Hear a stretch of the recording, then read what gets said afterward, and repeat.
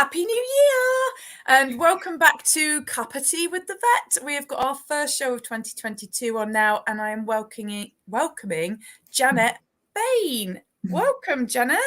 Thank you. So happy to be here. Awesome. Janet is obviously a vet, and she has got an amazing background. I've been talking about the things I've been finding out about her, which is pretty cool, actually. So I think it's going to be a really nice chat for everybody. So Janet, would you like to introduce yourself? Yeah, so thank you for having me. My name's Janet, and I've been a vet for about 4 years now. I studied in Slovakia, and I've sort of came back to the UK once I started working. I also have a YouTube channel that I started in the last year. It's called Catwalk Doctor, and it kind of ties in with a blog that I had while I was at university. So I like to do not just veterinary, but also I liked fashion, and that's kind of how I started while I was at uni. But obviously the main thing that I do is veterinary. That's amazing. So there's so many things that I'm just buzzing to ask, because I love hearing about other things that vets have got going on. You know, at the end of the day, you're all humans and you're all allowed a life outside of the veterinary as well. So it's all really cool. But also Slovakia. So how did you end up going there? So I'm actually half Slovak. Wow. My mum is Slovak, and it just worked out that it was financially a much better decision to study in Slovakia than in the UK. I did it all in English. My Slovak is not that good, but it was really nice to live there for a few years, because I'd never really lived there before, just been there on holiday. That's amazing. So did your mum live in Slovakia, or did she live here? No, she lives in Austria at the moment. Oh, okay. So that's just an amazing connection. So did you have family over there? Yes, I did, actually. Well, I still do, yeah. Yeah, and did you visit them? And I did. So my university was on the other side of Slovakia. So most of my family and friends are from Bratislava, so the capital city. And my university was on the complete other side. It's about a 5-hour train ride. But because my mum lived in Austria, which is just a stone's throw from Bratislava near Vienna, I would see them quite often. So that was it was nice. Yeah. That's amazing. What a useful connection. Yeah. That's really cool. And did you find coming over here from there an easy transition? Well, I did, because originally I grew up in the UK. I left when I was 8, and I actually grew up in Spain. So when I came back after graduating, it was just so nice. I had missed so many things, like Cadbury's chocolate flakes, and for example. It was lovely. It was really nice. It was really just nice to come back to the UK, I think, after so much time. That's amazing. You lived in Spain. How long did you live in Spain for? For about 11 years. Whoa, so you've done a lot of your education basically not even in England at all. No. Wow, no. That's amazing. And I presume you spoke English in Spain as well. English, yeah. So yeah, all my schools were international. So I went to an English school in Spain as well, but I do speak Spanish. Wow, that's amazing. Nice. Yeah. Nice. Are you fluent in Spanish? Yes. Yeah, much better than my Slovak. Wow, that's impressive. How many other languages have you got out there? Not really many. I can kind of order food in German if I'm at a restaurant, but that's probably as far as we go. That is not bad. I can ask for the Speisekarte. Yeah, there you go. That's amazing. Oh, well done you. That's brilliant. So tell us a bit more about this blog that you've got, because I've not actually come across a vet yet that's into fashion. I mean, most of them are just lucky if they haven't got poo smeared down their front, to be perfectly honest. So that's amazing. Yeah, so I've always loved fashion as well. It was never something I was going to study, but I just liked clothes and dressing up nicely, I suppose. So I started the fashion blog while I was at uni, just as a creative outlet, because university was quite intense. You were doing veterinary all day long, you were studying all day long, and it was just nice to do something a little bit outside of that. And I liked, in my spare time, I really enjoyed reading fashion blogs. So I decided to start one, and yeah, I've kind of continued it, not as regularly as while I was at university, but I just continued it. Does that mean you have to spend quite a lot of money on clothes? No. So when I was obviously as a student, no money really. And I basically would borrow clothes from my friends or just show people how you can wear the same thing, but loads of different ways. That's cool. So do you do sewing and stuff like that as well, or is it just about wearing what No. somebody else has made? No, I wish I was good at sewing though. That would be really handy, but I'm actually not that domestic. Oh, no. So that's really funny. I don't put the word domestic with sewing anymore, but I suppose No. it is actually, isn't it? Technically, Yeah. that just didn't occur to me, which is quite funny. I like upcycling, so I upcycled some jeans the other day as I realised that well, they had all the holes in them, and when I bought them, they had all the lines across the holes. So they weren't really like just having my legs out, and now it's freezing cold, and I was like, oh my god, this is so cold. And I thought I need to have sequins in these knees. I can't have anything but sequins. So I had to go Love down it. charity shop, get an item of clothing that had sequins on it, so I could basically merge and upcycle the two. So my jeans live on. I'm very proud of Brilliant. myself. Love it. I think they're quite good. They're quite blinged up. Turns out it was much harder to sew sequin patches on than I had anticipated, because when I cut everything, I had to make sure the sequins didn't just all fall off. so I had to learn quite a lot quite quickly there. But yeah, it was quite good. I mean, whether it's fashionable or not is a different question. But Well, it it's does unique, feel, isn't it? it's definitely unique. Definitely unique. So yeah, I will continue. So that's really Love it. cool. So do you have any aspirations for your future of fashion? I don't think so. I think I just enjoy it. It's a hobby. And I like to do it every now and again when I get a chance to. At the moment, I'm a little bit more focused on YouTube and the other Instagram that I have, the Vet Graduate, which is sort of helping new graduate students and being a little bit more motivational, and also just shedding a light on what it's like to be a vet. I think that's Yes. So let's move on to that new graduate one as well. So like, what are you doing with that? Because I've actually had quite a few vets on here talking about life as a new grad, how hard it is, supporting fellow new grads, or following new grads, obviously. You know, what is it that you're doing there? How are you helping? So it's mostly just a place for new graduates to be able to go and see that actually a lot of us didn't know what it was like in the beginning, and to remember that you can ask your colleagues. And if you're not sure, ask a colleague to check a calculation for you. It's better to ask than to worry about it later, wake up in the middle of the night panicking that maybe you've given that cat slightly more antibiotic dose than it should have had. So there's so many different things that I think it would have been nice to see that when I was a new graduate, because I stressed about every single tiny little thing, and that's all I thought about all day long, all night long. Any day off, I would just think about all the cases that I had, and it was just so stressful. So even things like how to not be so stressed at work, and how tips on how to kind of manage your days a little bit better at work. Oh, well done. Give us a tip now, throw out to any new grads listening. What would one tip be? So one tip would probably be to do all your phone calls that day. Don't put anything off until the next day, even if it means you have to stay an extra half an hour or an hour longer. Get it done, because you will think about it. And tomorrow you might have 5 or 10 people to call back with blood results and other things to discuss. And it will just pile up and you'll get stressed. And then people will get annoyed that you haven't called them back when you said you would. Yeah, just get it done.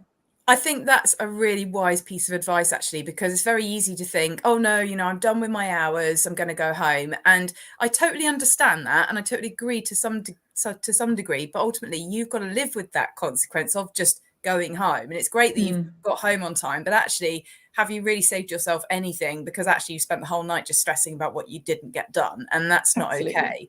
So, yeah, I think that's a really good piece of advice and really valid, and probably is great advice to everybody, not even just vets. I think there is definitely some advice on there that applies to most careers. Yeah, no, that's really fantastic. Have you got a good lot of followers on there? Well, I have a few. I only started it maybe a few months ago, but I'm trying to do daily posts. It's a little bit hard. I do try and schedule them and plan them out a little bit so that people do actually get a post most days. But it is really nice. And I've met some vets through that as well. So yeah, it's been lovely to talk to other people as well. It's definitely really hard to, you know, like you say, you've got your other job as well, you know, your main job, and so you've got to put that first, and then trying to do all this as well. It is hard to find the time. So well done you. It's really great because you've obviously got something you're passionate about outside of your work time. Talk to us a little bit about your work time, because I think I gathered that you were an emergency vet. Yeah. And then So I you've moved used to on be. now. Yeah, so I was an emergency vet. I worked for Vets Now, and that was really, I learned a lot. But then I left Vets Now and started locuming for a practice, which today was my last day. It was lovely. So I actually spent 8 months there as a locum. I thought I would only spend 2 months there. So it was really nice, but it was the same practice that I worked at for the emergency vets as well. So I still continued, I did a few shifts still for them, and it was just nice to, I think, do emergency, still sort of dabble in the emergency environment, but have that client continuity is really, really nice. And you don't realize how much you miss it until you don't have it when you're not working in general practice. They're very different environments, aren't they? I've worked in both. I don't know if you know, I'm a vet nurse as well. Yes, and I do. Yeah, so I used to work in normal day practice, and then I worked for Vets Now as well. And so I very much saw that difference. And I mean, I liked the emergency world, so it was quite good. But I do know what you mean. It's lovely having a patient and watching them grow as well. Yes. Especially with my physio. I mean, some of my patients are with me, like some of them my entire career still. And you think, wow, love it. You know, it's like it is unbelievable. They're like your babies, and that's really nice, isn't it? So it's so nice. Yeah, it feels quite old school, doesn't it? You know, to have that sort of that lifelong care. So yeah, I can definitely understand that. So well done you. And so you've now moved on to Vets First. So you're First Vet. Sorry, First Vet. That's it. So tell us a bit about that. Yeah, so I'm working for them sort of part-time, and it's an online vet company, which is it's been really lovely. People that have maybe what they feel is a small problem that they maybe wouldn't feel that they could bother their normal vets for, just because they're so busy and it'll take about a week for them to get an appointment. They can just hop on within about 20 minutes. They can have an appointment and they can talk to a vet without any issue. So it's really nice. Just some people, you can just give them the peace of mind that they need. Also, I've had some cases where I've said, do you know what, actually you need to go to an emergency vet. This is quite serious.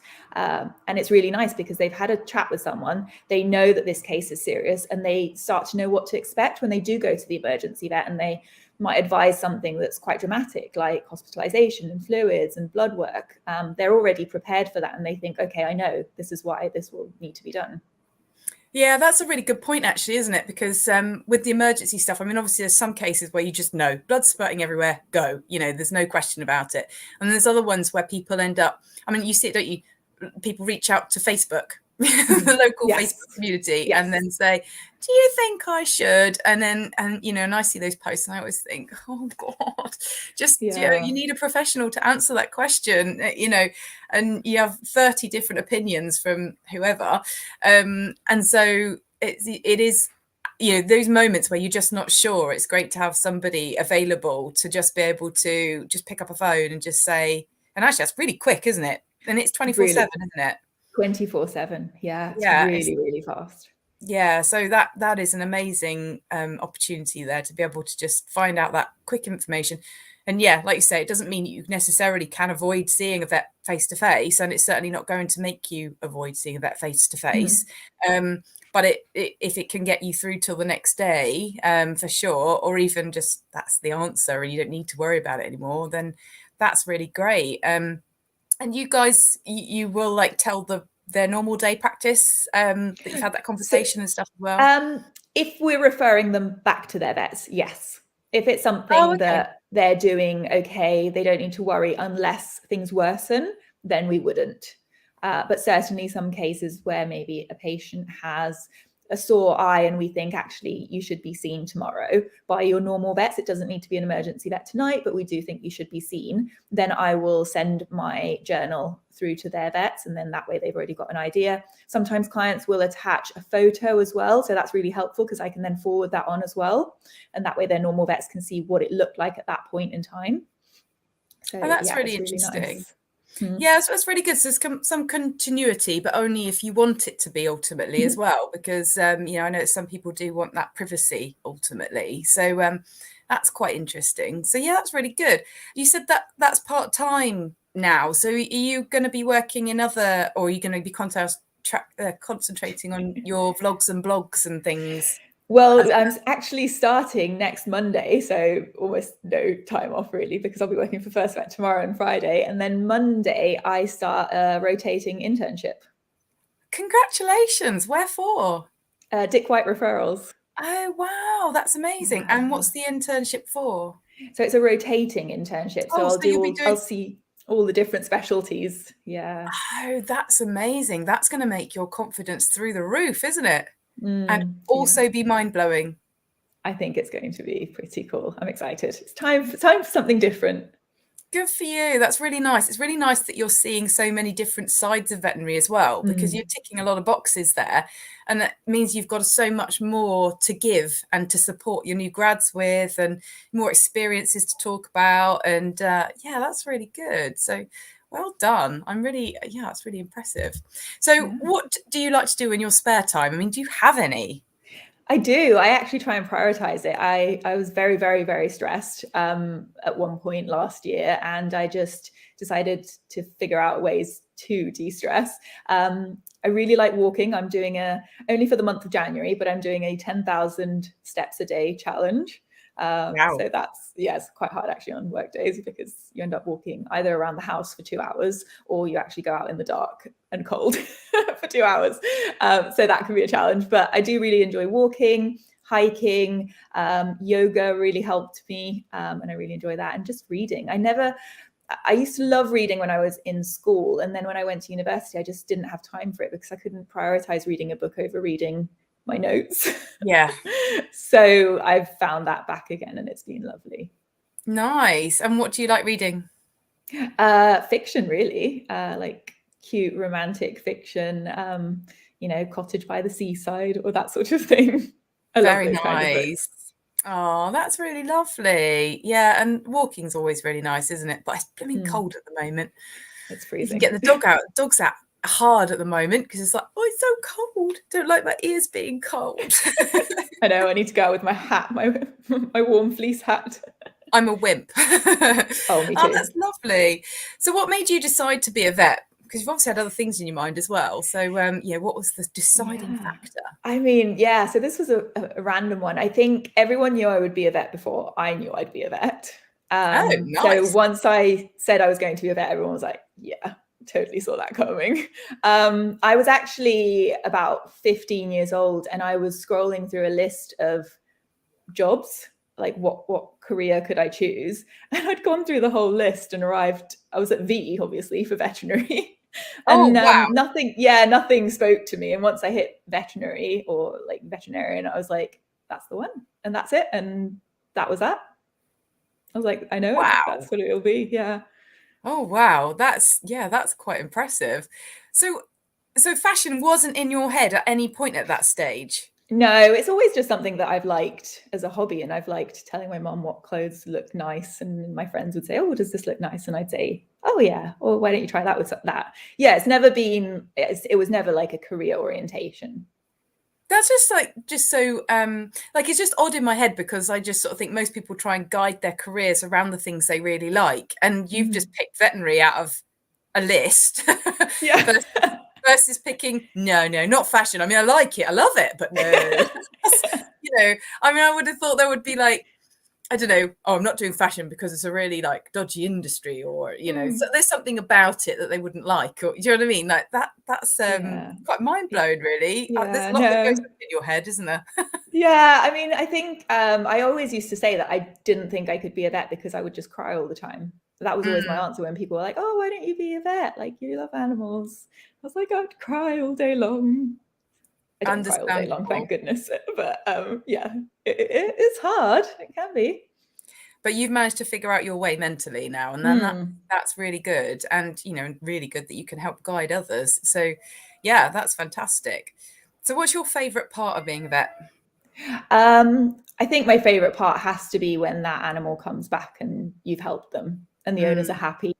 And you see that that animal is doing so much better. I mean, I don't think anything can compare to like seeing that pet come back in and they're like wagging their tail, or if it's a cat, they're just like bouncing up on the table and having a fuss. Or even sometimes, the aggressive cat that was flat as a pancake and you were able to do everything and suddenly it's aggressive again because it feels okay. I know, I must admit, I always like those ones as well, because you do feel better about them, even though you're like, come on, really? I know, I just helped you. And that's, yeah, absolutely. But at least you know that you've helped them. So yes, I agree. Now, Paula, who is basically my biggest fan in the world, and she's lovely. So she's definitely the sort of owner you like. She's just said this. You could be a doggy fashion designer. Yeah, that would be great. I have seen some Instagrams and I think, oh, I could do something like that, or design like a fancy cat carrier or something like that. That would be quite fun, actually, I have to say. It would be, wouldn't it? So if we just inspired you now, you're going to start your own dog fashion and cat fashion line.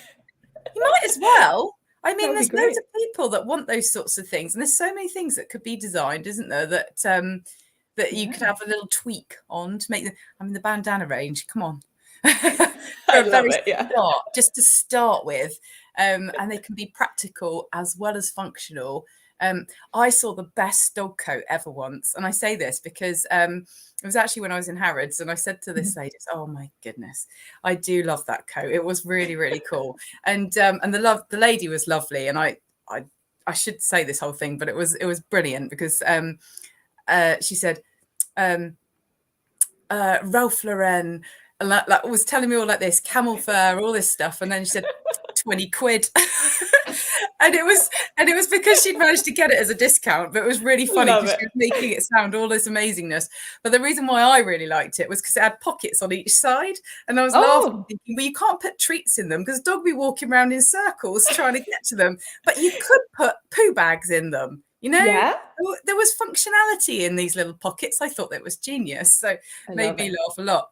Oh, now actually, Paula's definitely right about this as well. She said hair accessories. Yes. Totally. Now, I wish that I could show you a photo of her dog, because I've always said this, and Paula laughs at me, but her dog, it's a Yorkshire Terrier, she actually does a French plait in her dog's hair. Oh, amazing. Little French plait you've ever seen. I don't even know how she does it. I don't know how you do it. And she says, I do. She does it like every day. I don't even know how. It honestly blows my mind. Paula knows this. I love it a million times. Love it when the dogs have their long hair and they have like the little bunches. Oh, it's just so cute.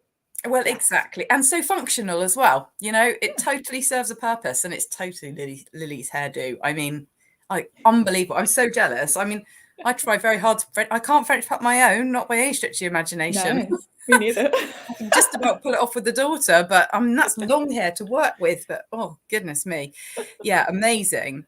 So, do you have any pets of your own at the moment? I do. I have a Persian cat. She's actually on the other side of the table. She's been kind of floating around for a while, but now she's gone to the other side. I can't reach her. But yeah, she's a Persian cat. I actually got her when I was at university, so she made the journey from Slovakia to the UK. Oh, wow. Did she do all right, or did she get her snot on one and she got back? I didn't want to move. She was all right, because actually we used to travel between Slovakia and Austria while I was at university, because my mom was based in Austria. So she's done a fair bit of traveling. She's been around. Oh, so wow. She's gone on the train, 5-hour train ride. Yeah. Well, they like a little box, don't they, cats? Pop them in. Yeah, she just got used to it, and I mean, she doesn't love it, but she did like it once she arrived at the destination, so it was okay. That's fair enough. Oh, how lovely. So, what would your dream achievement be if time and money was no object? So I guess we have like the veterinary one and the non-veterinary one. The veterinary one would be to become a specialist, and that is something that I'm looking to pursue.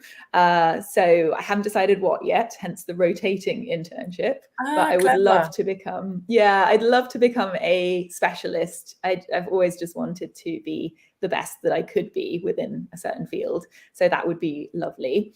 And I guess the non-veterinary one would probably be to be like a fiction author, a writer of fiction books. I would love to do that. That would be really fun. That's amazing. So again, that's a total different string to anything else you've said so far. I know. So have you started any sort of book ideas in your head? I've had a few in my head, yes. It's just cool. Can you tell us any? Down and writing them. No, I might still write that one. Fair enough. Fair enough. And any of the scrapped ideas that you might be able to share?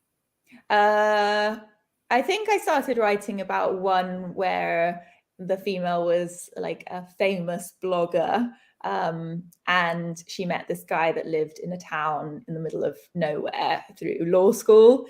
And how it wasn't really going to work because she was from LA and he lived somewhere in Montana. So I thought that was a fun story. But nice. I kind of started it and then I ran out of time because I was at university and I had to prioritize exams. Well, fair enough, but you can always pick it up later, right? I could do, yeah. I thought it would be like a fun read. Something that somebody would pick up and read on holiday, when they're on a sun lounge or somewhere nice. It does sound like a holiday book for sure. And specialism-wise, have you got any sort of inclination which direction you might go? I'm thinking diagnostic imaging. I think that would be really nice. And also it has the potential for work from home, and I'm a big homebody, so that would be really nice. That's fair enough. Yeah, it definitely does actually, because I think quite a lot of people like just send their images off now, don't they? And then reports get sent back from wherever in the country. You could go off and like live in the Solomon Isles or something. That'd be cool, wouldn't it? I know, that'd be amazing. I would love that. Yeah, I bet there's people that do that. It's probably a whole street of doctors out there. They've got their residing address actually in America or something. So that is quite cool. That is quite cool. That is awesome. So if you could do a Facebook Live with anyone, dead or alive, who would it be? So I would choose Susie Orman, and I don't know if you've heard of her, but she is an American kind of financial advisor. Well, she doesn't give like official financial advice, but she talks a lot about finance and money and how to be smart about it. And it's something that I got into this a few years ago because I came out of vet school with absolutely no idea how to handle money because I've never learned about it. I never did business GCSEs. And I started to have to teach myself because I'd racked up a lot of credit card debt. And it was really fun to listen. And I still listen to her podcasts. She posts one or two a week. And she just has really good advice. And she's fun to listen to. And that's nice. I would love to talk to her. Yeah. That is very sensible. And another completely different tangent of you. I mean, that's not a fashion person. That's not an animal person. Now you've gone down the money road. I know. I think I could live like 5 different lives and that would be great. That's amazing. And that's really cool and very sensible as well. And you can probably use some of that advice for your new grads as well, to be honest, because I suspect they're all in the same boat. I mean, every grad comes out with a hell of a lot of debt, don't they? So, yes. Yeah, and it is really important. So, yes, one of the things I drill into my child. Do you understand every implication of that ATP? It's important. Exactly. I just don't think sometimes we don't get taught that enough at school. For sure. Well, it's a life skill, isn't it? It's not even just about school. It's literally everything. So, you've got to be able to afford the house one day, haven't you? So, absolutely. That is fair enough. So, can you tell us something that nobody knows about you? I think probably something that nobody really knows is that I could easily spend a whole week at home and not leave the house. In fact, I have done that before. Quite happily, no problem. I'm just one of those people that's quite content being at home. Wow. That's really nice, but it's also like quite surprising because you're obviously quite like outgoing, happy to speak. But also your blogging and vlogging isn't actually a private thing, is it? That's putting yourself out there. So it's quite surprising that you are, so happy to be, in your own company and stuff. But that is really nice. But there's a big difference between a week and a year, isn't there? Oh gosh, So, yeah. No, I couldn't do a year, but I could do a week, and I have done a week before. It's been lovely. I watched Castaway the other day, so that's why it popped in my head then when you said that, because I was like, Wilson, have we got that going on with you? Just checking it out. Yeah, no, not a year. Definitely not a year. And I'd still be talking to friends. Exactly. Yes, I'd still be talking to people on my week at home. Lovely. Well, I mean, a week of living in the house and doing nothing, I have to say that's not an unreasonable thing. I think we're all far too busy these days, far too much going on. And but it was interesting. I hadn't watched Castaway in years, and then I watched it again this time, and it's a mind-blowing film. It really is. Every time I watch it, I always think, oh, poor you. So like, I don't know, it seems like it was real, which is ridiculous. But it does feel very real to me. Anyway, there we go. Have you watched that film? I haven't actually. I was just guess thinking, what it's you about. look like you haven't watched it. You have to watch it. Do you not know what it's about? Presumably somebody that gets cast away on a deserted island. You didn't even get my Wilson joke. You have to watch that film now, like actually really do. It's Tom Hanks. It's quite old, but he is in a plane crash and ends up on an island by himself for something like 4 years. And you love the love story, right? So spoiler alert, I'm telling you all this. But he's like he's just got engaged to his fiance, obviously, and so he's completely in love with her, but then when he gets saved, she's already moved on. Oh no, I hate that. I know, exactly. It's not the ending you want. So you're like, no. And then when he's on the island, the Wilson thing is because he's actually works for a parcel company, and so he has got all these packages because he was on a package airplane, and one of it was a Wilson volleyball, and so he touches the volleyball with his hand like this, and it's got blood all over it, so it ends up making a face.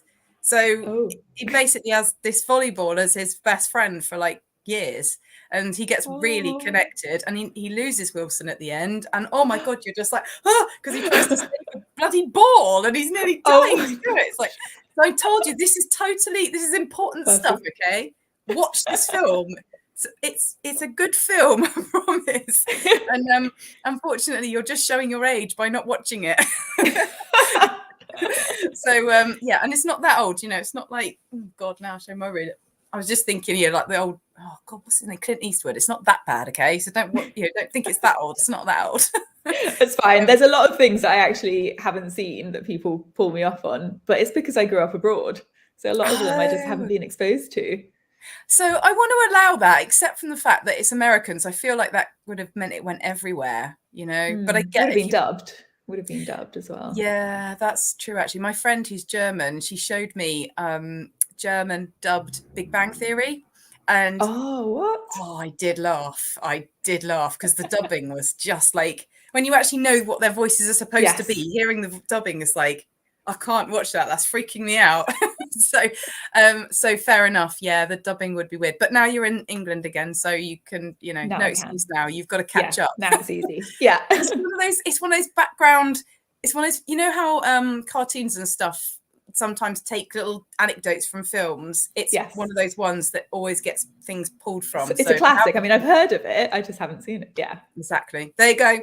I'll move on from the TV review. Lovely. So what's the most spontaneous thing you've ever done? So I think I thought about this, and I just don't think that there's anything else that would be more spontaneous than this. But I actually met my current partner.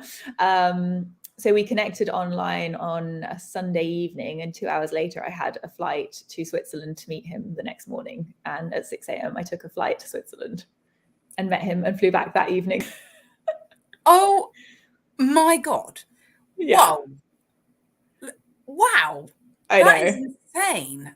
Yeah. Had you done that with previous people you met? No, and he hadn't either, just to clarify. So, and it went well. Well, yeah. I mean, yeah, it's been 2+ years, 3 years. What made you decide that was the one you were going to fly across the world for? I don't know. It was just a feeling, and yeah, we just connected instantly. Yeah. And That's I've always liked amazing. somebody who would do that. I always wanted somebody who would do something spontaneous like that. So he was obviously that person. That's amazing. Hmm. Wow. Well, you've blown my mind there. Jeez Yeah, Louise. that was That's, fun. yeah, that's It's a good day. incredible. That is a really, but that's a really good story for the wedding and stuff. You know, that is, Yeah. I mean, that's, well, that's the sort of thing you put on your gravestone. That's, that's amazing. You're so in, you know, your life is just following your romance novels, isn't it? Yeah. I think that's what it was. I just wanted something different.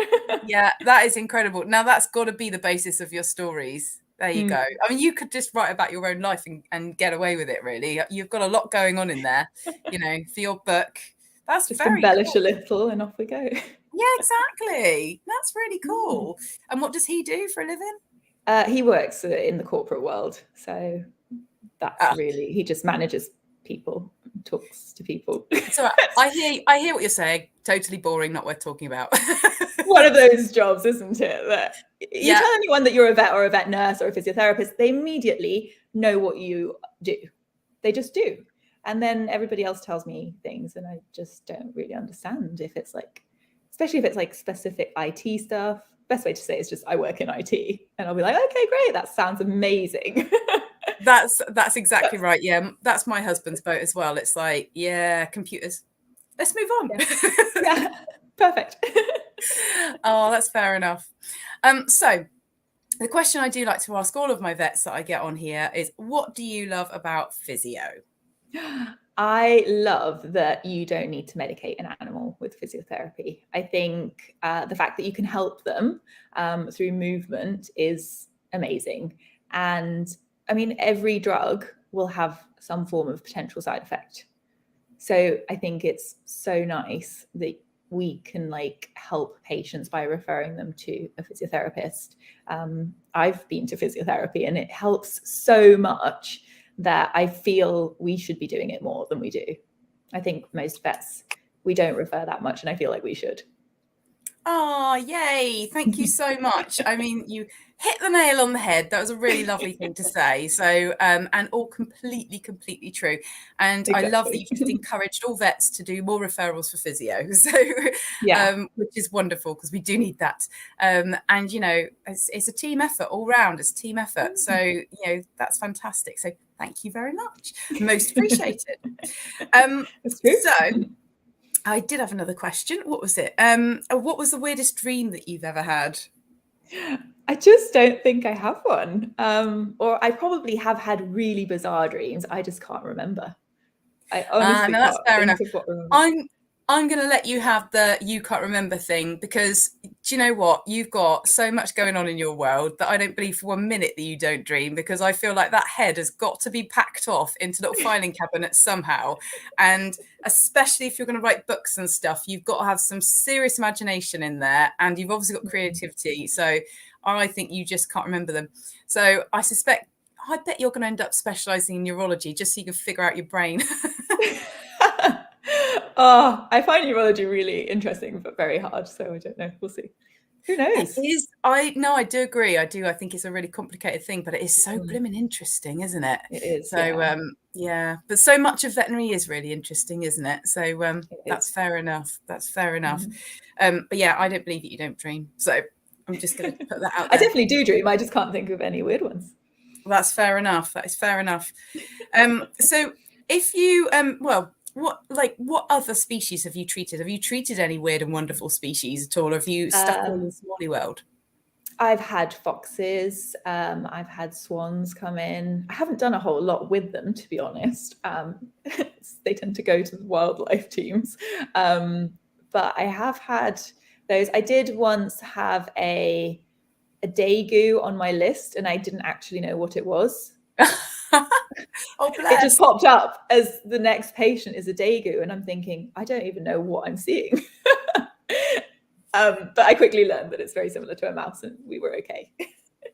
Did you have a quick Google before they went in the room, so you could at least know that was what you were looking at? Absolutely, yes. Oh, bless you. Yeah. I mean, the thing is, when it's come to rodents as well, there's so much diversity, particularly with exotics, full stop, that there is a lot out there that you probably wouldn't have ever seen. I mean, and I certainly shouldn't laugh. I just happened to have gone to an agricultural college before I did my nursing, so I've seen a lot of species variety. But actually, average Joe wouldn't have done. So yeah, that makes a lot of sense. Oh, bless you. But you survived it. I did, and I helped the Daegu as well. Well done. So that was probably your most exotic animal that you had done. Is that right?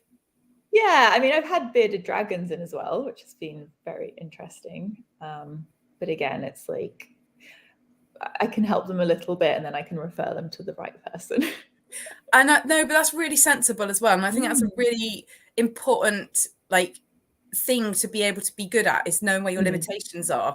Yes. And I'm sure that when you're advising your grads, that's one of the things you say is just accept where the line is, have some confidence to know where that line is, and then also, refer, because that's what the referral dudes are for. So, and I know when I speak to referral people as well, they get really annoyed if they haven't had it referred sooner, because they go, yes, I could have fixed that so much better a week ago. Yes. Yeah. Always offer referral. I think it's always something that people need to know that is an option. Yeah, for sure. But obviously you have to be good on your first line. You're the first person in there. So well done you for being at that point as well. So what's the most memorable part of your career so far? I would say I had a case when I was a fairly new grad. It was a cat that was incredibly anemic, and I was told by some other colleagues that this patient was not going to survive, and that referring it would just waste the client's money. And I didn't believe that. I felt that this cat deserved a chance, and I pushed for referral, which the client was very happy to do. And the cat is still alive 3 years later. Amazing. It's amazing. And I still hear back from my old nurse about her. And yeah, it was so nice. And I'd see her regularly in for checks. And it's just one of those situations where I went home and I cried, because I thought the next day I would have to put this cat to sleep. And I was like, I can't, it's just not right. And yeah, and she's doing really well. She's the loveliest cat as well. Really nice temperament. Yeah. What was wrong in the end? She was anemic. She had an immune mediated. Oh. So she needed a transfusion, and then she needed immunosuppressant drugs. But yeah, she did really well. But it was done. That's amazing. Yeah. Oh, well done. And well done that specialist that dealt with it. And well done you for following through and being strong. Yeah. It's hard. It's hard in those situations, isn't it, where you feel a bit conflicted and stuff. So but you did amazing. So fantastic. You just have to trust that, even if there's a 10% chance, it's a 10% chance. At the end of the day, you did the right thing in that you consulted the owner. It's their decision as well. It's not actually, you have to put the process out there, and then it's for them to make that decision. So absolutely, that's amazing. So yeah, well done. And yeah, I mean, that cat's obviously super happy now. Yeah. So, yeah, well done. That was nice. So before we wrap this all up, I also want to ask you, what is your top tip for dealing with pain? It's really probably the most simple thing ever, but I would say rest. It just doesn't get addressed enough. I mean, I have people coming in saying, oh, they're really lame. And I ask, well, how long have they been lame for? And they say 4 or 5 days. And I'll ask them, have they rested? And they'll say, no. Yesterday they walked for 10 miles. And you just think, it doesn't make sense. Yeah, absolutely. Yes. No, that is fair enough.